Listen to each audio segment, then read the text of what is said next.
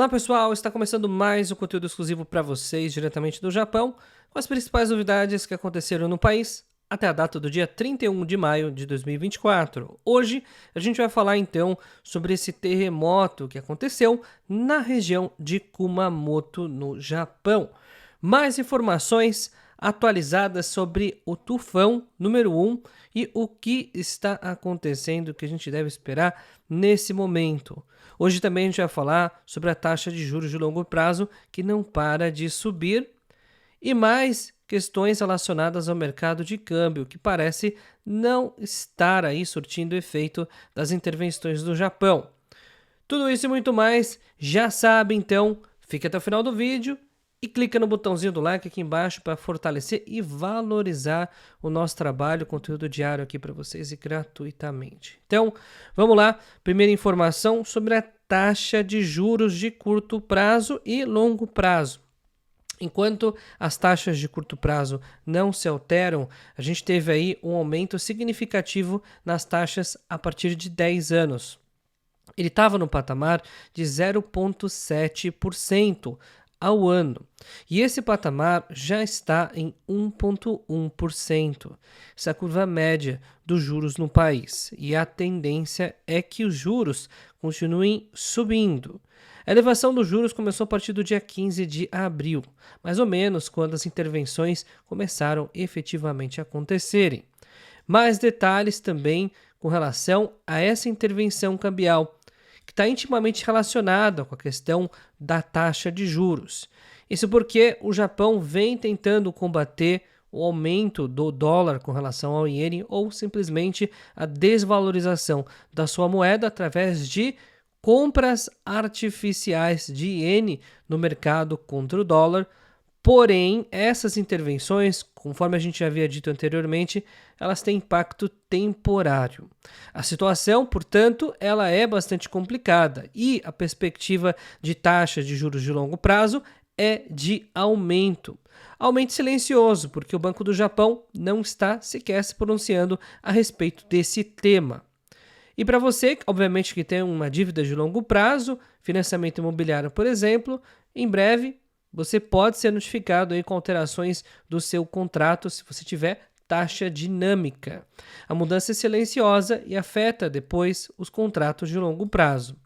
A gente vai passar agora para vocês imagens aí que foram divulgadas pela imprensa norte-coreana a respeito dos lançamentos dos 10 mísseis balísticos da Coreia do Norte em direção ao mar do Japão. Veracidade dessas imagens, aí vocês acreditam no que vocês realmente entenderem que é mais correto. Isso porque a Coreia do Norte já manipulou imagens e vídeos. Então, atenção, talvez não sejam 10 mísseis balísticos, mas certamente foi mais de um.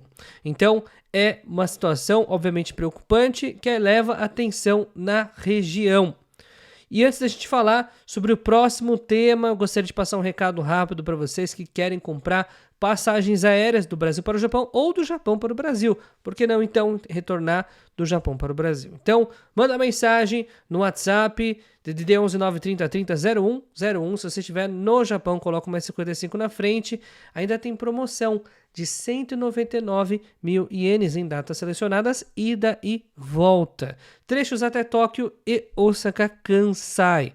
E se você estiver buscando passagens aéreas em alta temporada, tenha em mente que uma taxa extra aí de 40% a 50% pode ser cobrada em função aí da baixa disponibilidade. Os preços vêm diretamente das companhias aéreas. Então, não perca essas oportunidades. Agora a gente vai falar sobre as questões das vendas de veículos no Japão. Toyota, Honda, Nissan estão anunciando um recuo de vendas globais em abril.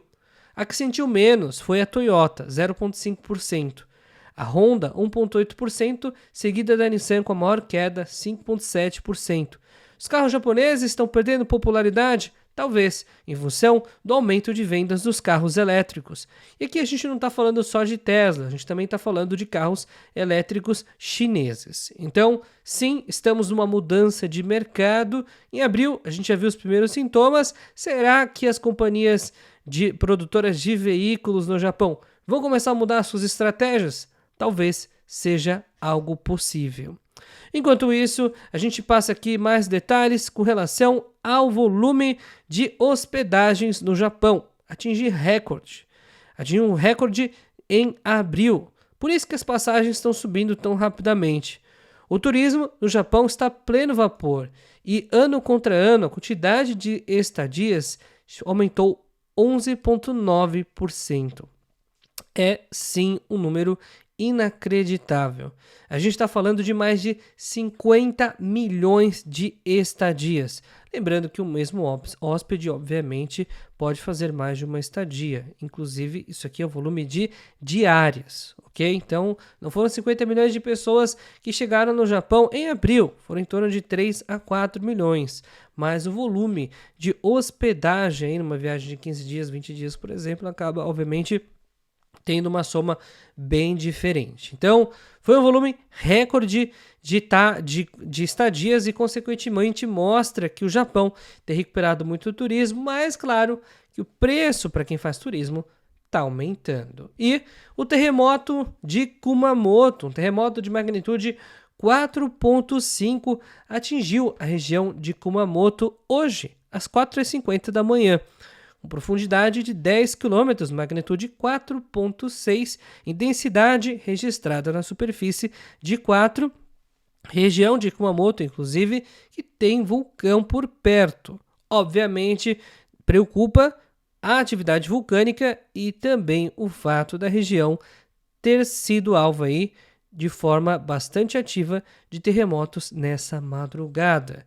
Isso não significa que tenha acabado e também não significa que realmente vão se repetir. Então a gente vai aguardando aí a situação de Kumamoto se normalizar. Mas é uma região bastante instável, até porque existe um vulcão que fica bem próximo, inclusive, do epicentro do terremoto. E agora a gente vai falar sobre o tufão número 1. Pois é, o tufão número 1, que tem aí passado pela região do Pacífico, já um pouco distante da costa. Hoje, ele já passou pela região metropolitana de Tóquio e tem gerado ventanias em Sendai. O tufão virou tempestade tropical. Isso já foi classificado pela Agência Meteorológica do Japão. Não é mais um tufão para se preocupar, segundo os órgãos que fiscalizam essa questão meteorológica. E agora, com relação às reações da Coreia do Norte, a gente falou dos mísseis agora há pouco, que foram lançados pela Coreia do Norte e, obviamente, preocupa a reação do Japão, Estados Unidos e Coreia do Sul, que são aliados, nesse momento, do ponto de vista militar, muito fortes. Os 3 países se reuniram e vão reafirmar uma cooperação para lidar de forma ativa contra os lançamentos dos mísseis da Coreia do Norte. A situação, porém, de forma direta, não foi respondida, ou seja, quais são as ações que vão ser aplicadas ou sanções não foram definidas. Mas, obviamente, existe uma preocupação muito grande da escalada da quantidade de lançamentos, que antes eram 2, e dessa vez, em apenas uma noite, 10 mísseis balísticos foram lançados. Isso depois de um foguete ter sido lançado para levantar um satélite que acabou caindo em função aí da falha no lançamento do foguete. E tensões que vão se elevando na Ásia, especificamente na região de Taiwan, que planeja o seu separatismo da China. A China vai suspender diversas concessões tarifárias e vai prejudicar o comércio entre a ilha principal e Taiwan. São mais de 130 itens que vão sofrer de restrições. Então, a situação começa a ficar preocupante para o lado também de Taiwan. Já passando aqui atualizações para vocês e importante deixar claro que a gente não está tomando partido com relação à ideologia e também com relação à questão de decisões recentes. Taiwan não quer fazer parte da China e a China quer reunificar Taiwan. Segundo a China, Taiwan é território da China. Segundo Taiwan, Taiwan é um território independente. Então, cada um que defenda o seu ponto de vista, e a gente vai acompanhando aí os próximos episódios dessa situação conflituosa. E agora também informações sobre o terremoto do dia 1º de janeiro em Ishikawa-ken, a gente teve aí o Japão oferecendo ajuda de mais de 330 milhões de dólares para a reconstrução da região. É um volume de investimento extremamente expressivo e que pode sim acelerar o movimento de recuperação na região de Ishikawa-ken.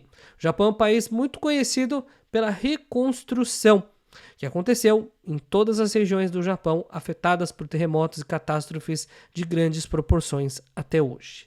E mais detalhes também, e um alerta, até porque achavam-se que ursos invadindo casas só acontecia em Hokkaido e olhe lá. Dessa vez, em Guma, um urso entrou numa casa, atacou um casal de idosos e deixou gravemente ferido. Então é uma situação delicada, a gente vê o alerta, né?